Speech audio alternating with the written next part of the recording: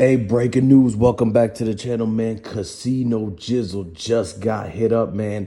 Everything is coming out from the sources in Memphis right now. We just got word that the 12 and everyone Amberlam just rushed to his house with the paramedics and the firefighters to lift him up, man. They sent him up. I want to send my condolences to Casino Jizzle, all of his folks, all of his people. If you rocking with anybody from Memphis, if you rocking with Young Dolph, go ahead and put that in the comment section right now. Like this video, make sure you subscribe to the channel. So what we hearing is the word on the street is basically Casino Jizzle had some sort of beef with his cousin, Big Homie G. You already know Big Homie G is on the same exact label with Moneybagg Yo, man. He signed in with Zebo, BGE, everything like that. Big Homie G was the same guy who was in the music video with Straight Drop right after Dolph got hit up.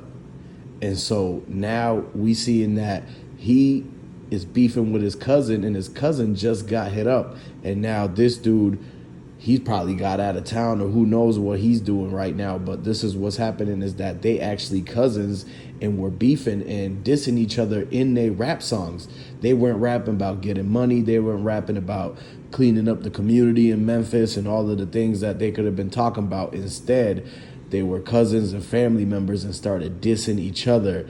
And that stuff boiled over from off the record and the wax to actually spilling over into the streets, to the point where one of the cousins ends up getting sent up and passing away, man. So condolences to Casino Jizzle. He was, just trying to make it out there, but basically this seems like it could be connected to a lot of things that are happening in Memphis. We're going to hear from Moneybagg Yo. We're going to hear from Yogotti. We have to see what CMG and BGE have to say after this, because this is now the 10th time somebody has gotten hit up this year from Memphis as one of the rappers who actually has something connecting them back to Moneybagg Yo, Young Dolph, Trula, or the Cookie Shop, or anything like that. And this is something that people need to take a look at closely, because you can't have this keep on happening. People have to at some point realize that they have to stop dissing each other in the raps, man. Gucci Man said himself that you have to stop dissing folks, whether they still here or whether they're gone. And this is a thing, another reason why they're cousins. They should be getting money together, man. Big Homie G is a millionaire at this point. And so what does he have to do with dissing people like his own cousins and anything like that? They should not be involved in doing anything like that, because at the end of the day, Memphis is small. People know each other. The word is going to get out quick, and it's just going to make it to where they bump into each other, or somebody's going to drop the fact that the feds rushed to his house to try to resuscitate him and get him in the stretcher and take him to the hospital and everything. When they were doing that, they rushed to his house. So somebody clearly dropped the location on him. There's no way somebody gets hit up at their place without somebody knowing where they're going when they hit that person up. It's not like it was a random person walking down the street and saw Casino Jizzle on his porch and then decided to do something. No, the people who showed up to his place and hit him up, they had to know exactly where he lived. And this is the reason why you cannot trust nobody these days, man, including your own cousins and whatnot. Is a bad thing to say, but at the end of the day, you got to understand that the word could get out pretty quick. If you got a small little disagreement, a small little misunderstanding with anybody, even including the people who you related with, it could end into something like this, man. And this is a clear-cut scenario in case of what clearly could have went on, because at the end of the day, people have to take in the fact that and consider how they knew where each other stayed. It was one, if it wasn't him, it was going to be the other guy. And this is the reason why a lot of people get away with things, because they got to understand that if they were going to get got, if they didn't get him first. So if you know anything about that, you already know that people are on high alert, and they're going to be paranoid and want to get the first drop on the people, because they don't know if they're being watched. They don't know who's following them. They don't know who it is that keeps walking by the hallways, who's knocking on the door. If the mail guy, if the milkman, if anybody that's delivering packages could be the person that's going to come out and try to take them out, man. people have money these days. When they start beefing with somebody with money, they can go ahead and just step out of the picture and pay somebody to do it. This type of thing happens all the time, especially in a city like Memphis, where somebody is big, and the king of Memphis, like Young Dolph, had the same thing happen to him, except he was out and about in public and they got him. But at the end of the day, they knew where people were, and these rappers got to understand that they got to be moving militantly. They can't be lackadaisical and giving up their location and just be chilling at the same spots, having a pattern that people could recognize in order for them to actually send goons and hitmen to chase after them and show up to the places that they're at.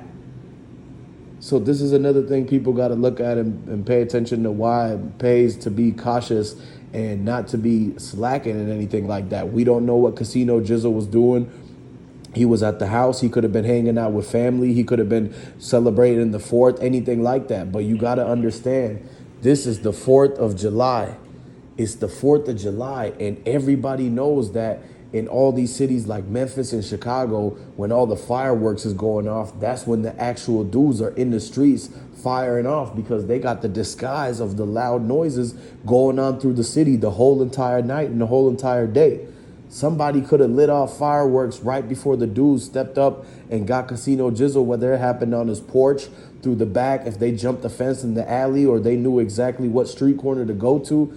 The thing is that the neighbors, everything, the Ring doorbell, they're going to get all the footage of every single thing that was going on. A lot of people in that neighborhood are going to have those cameras in their front porch that show when people knock on the door and they press the button and it allows you to do an intercom. Those things will pick up the sensors from the dudes running by and the sounds that went off. And they have the sky cam in Memphis. So they're able to detect when the bang goes off. They have the technology to know exactly what street and pinpoint location that it came from, so that they can go and actually send the units to that place. This is why when MPD pulled up to the scene, they knew exactly where everything was coming from. And that's how the first responders were even able to make it to Casino Jizzle, to get him into the whole fire and rescue vehicle, to get him rushed to the memorial facility where they were trying to actually get him back on a life-saving operation currently. But we just heard from the whole family doctor and the physician that unfortunately the gentleman is not going to be able to make it through this one. And this is the reason why we have to send our condolences to him and just go ahead and recognize the fact that this kind of thing needs to stop in Memphis, because people got to understand that the community has to come together to better the situation. And we're trying to help a lot of people in the community open their eyes and realize that instead of actually supporting or letting the violence go on, they need to take a stand and use this opportunity to educate the young people about opening their minds to be more business minded and pursue the technology